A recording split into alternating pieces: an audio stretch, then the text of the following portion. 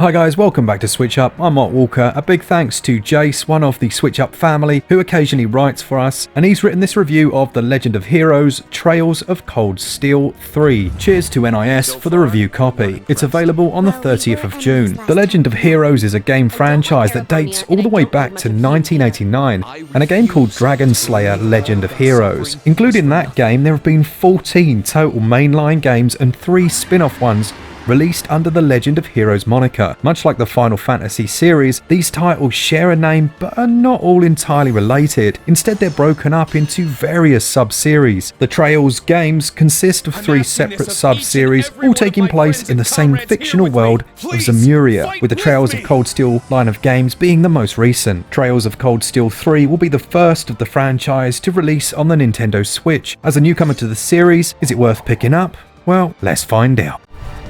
The legend of Class 7 begins anew. If you hadn't guessed it already, the game is the 3rd installment in the Trails of Cold Steel series that follows a young man named, I'm definitely going to get this wrong, Rean Schwarzer, as he navigates his way through a period of civil unrest and war. The first 2 games take place when Rean is a student enrolled at the Thor's military academy in a special group of students called Class 7, Special Operations. In those games, Rean makes a name for himself as something of a national hero, as he and his classmates get involved and play a major role in resolving the civil war that erupts between the monarchy and the noble families. This 3rd title begins not long after Rean has graduated from the academy and accepted a job as the instructor of the next Class 7 students at the newly opened branch campus of Thor's Academy. Now, as simple as that description was, I'm going to have to leave it at that. These games are heavily narrative driven, and I don't want to give too much away, but know that the story is incredibly deep and complex. So much so that the developers included an entire menu dedicated to just retelling the events of the first 2 games, as well as summarizing most of the important characters and the world itself. While I haven't finished the game yet, I am thoroughly enjoying the story, and the level of detail put into the world has me completely sucked in. I just wish the first 2 games were brought to the Switch so that I could play through them first. On one level, the gameplay is your standard JRPG fare. You'll be spending the vast majority of your time between story points, either in towns talking to NPCs, shopping or upgrading your equipment, or out in the segmented areas of the world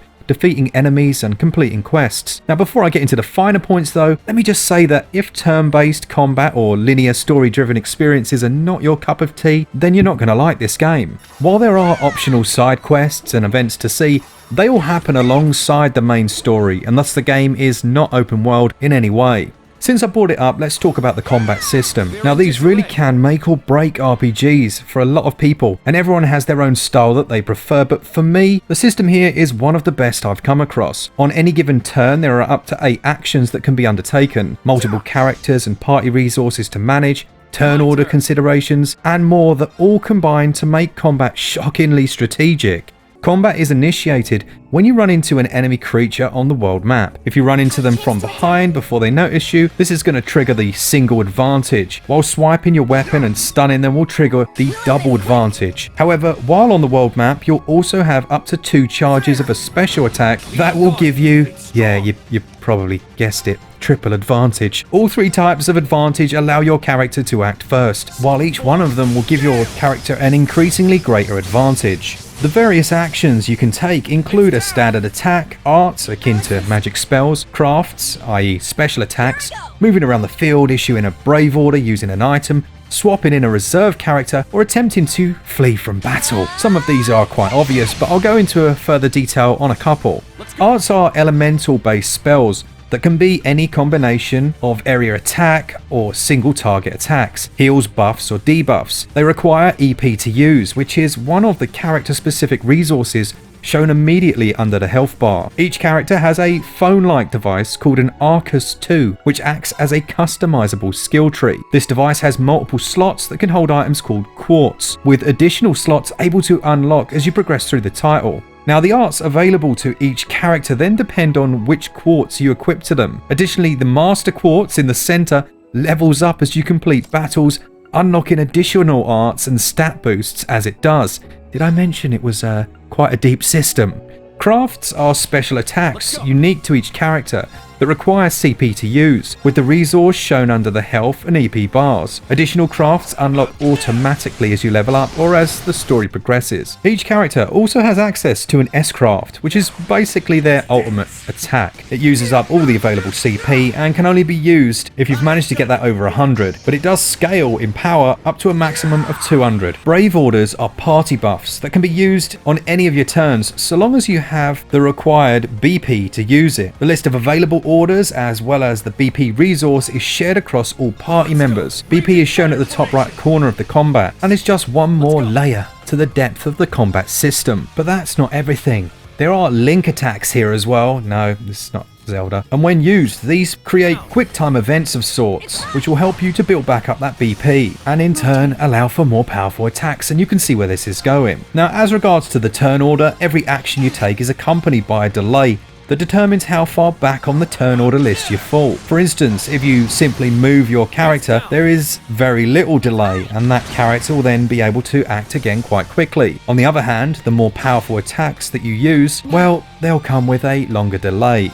All of the turns and the order can be seen in the top left corner during combat, and it becomes extremely important because certain turns are granted different benefits, so you have to keep your eye on this. I appreciate it though that, as complex as this might seem, the HUD shows off all the available actions and what buttons activate them. And I also appreciate the ability to skip the attack animations. Hallelujah. Aside from the main quests and combat, there are also quite a few other things to do that distract the player and expand the game world. There are various books to collect throughout it, relationships to build and characters to try and maximize, side quests to complete that will boost your academy's reputation and your instructor rating overall, as well as fishing minigames. Every good RPG has to have this, and a fully fleshed out card game similar to something like Hearthstone. The fishing here is simple but also makes sense and is more engaging than just tossing a line and clicking a button. The card game, while fun, suffers from pretty poor AI opponents who pretty much always miss the opportunities that I regularly made available to them. I have very little to complain about in the way of gameplay, with my biggest gripe being that it takes quite a few hours to pick up steam in the earlier game. Once it gets going though, it is fantastic. Gameplay for me scores 18 out of 20. As far as controls are concerned, they work as intended and are mostly fine, bar one issue. While it's annoying to play a game that could utilize more buttons, but doesn't, looking at you, Animal Crossing, it's equally frustrating to have too many things assigned in seemingly random places. For example, while out of combat, the Y button brings up an area map that allows quick travel between the various places you currently have access to, while pressing down on the D-pad brings up a more zoomed in map, showing only the current area you're in. There's no way to switch between the two, and the two buttons are on completely opposite sides of the controller. Similarly, pressing the X button brings up a menu with multiple options, such as viewing equipment and items. However, the notebook containing quests and character notes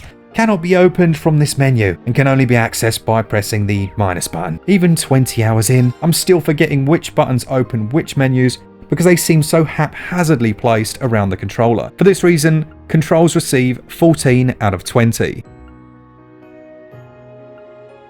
The visuals in Trails of Cold Steel 3 are a mixed bag.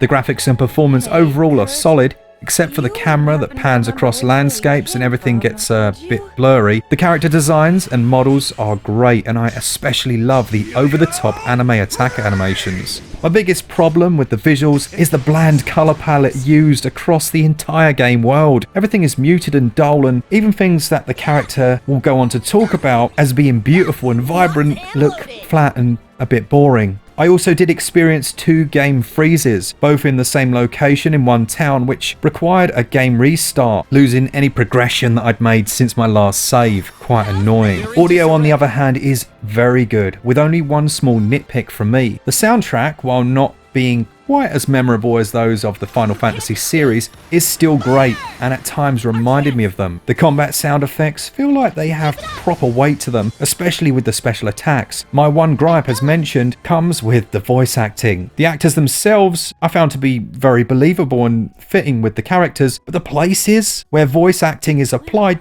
just confused me from a design standpoint. In the prologue, there's almost constant voice acting, which made me think that the game would be this way throughout. However, after that chapter, the voice acting cut down to mostly just when a brand new character was introduced. Even then, this is the confusing part, the voice acting is limited to just the character being introduced, while the others won't be speaking. It will all be in text. Very odd. Visuals are mostly good except for the dull colour palette as mentioned. They get 15 out of 20, while the audio is great, including the music. However, that strange voice acting glitch means I'm going to have to give that 16 out of 20. Trails of Cold Steel 3 is priced at the full AAA mark of $59.99, 53 quid or 59 euros, and in my opinion it's worth every single penny. The story is massive and there's plenty to do to keep you busy for 80 plus hours or longer. There's also a New Game Plus mode once you've finished the story, if you want to experience it again while continuing to collect anything that you missed out the first time around and maxing out those relationships. The package is especially worth it if you buy the physical version, which is currently being sold for the same price as the digital, but comes with a whole slew of goodies. For collectors, there's also an even bigger package, for $99, or your regional equivalent. But if you do your shopping around, I'm pretty sure you'll be able to find your physical version at a reduced price eventually. Now, if you're new to the series like me, it is a bummer that we don't have the first two available on Switch, but I think this is a quality package, although a premium one. Value scores 17 out of 20. In conclusion then, Trails of Cold Steel 3 is a great JRPG that makes me wish I had heard of it and started playing the series much sooner. While it's not perfect, the strategic turn-based battle system is one of the best I've come across, and the story is deep and detailed in all the right ways. My actual enjoyment while playing the game is higher than the final score reflects, and I can wholeheartedly recommend this title to anyone who is a fan of the genre. My turn. There! The Legend of Heroes Trails of Cold Steel 3 scores an overall SwitchUp score of 80%. A big thanks to Jace for writing that review, and I have to be honest, I docked 4 points for certain aspects, such as the audio issue, which to me seems like a big deal, and a couple of other quirks. Still, 80% is a decent score and it looks like a great game. Let us know down in the comments if you'll be picking this one up. What comes next? Oh yeah, thanks to our patrons, and for all things Switch, all the time, keep it Switch up. Cheers guys, see ya! An opening!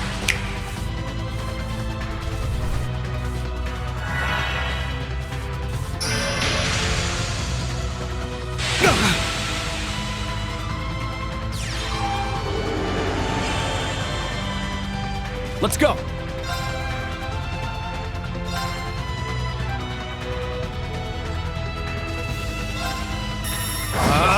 Strike! There! Yuna! Okay! My turn.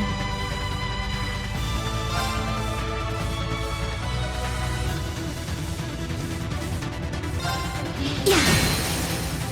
Now! An opening!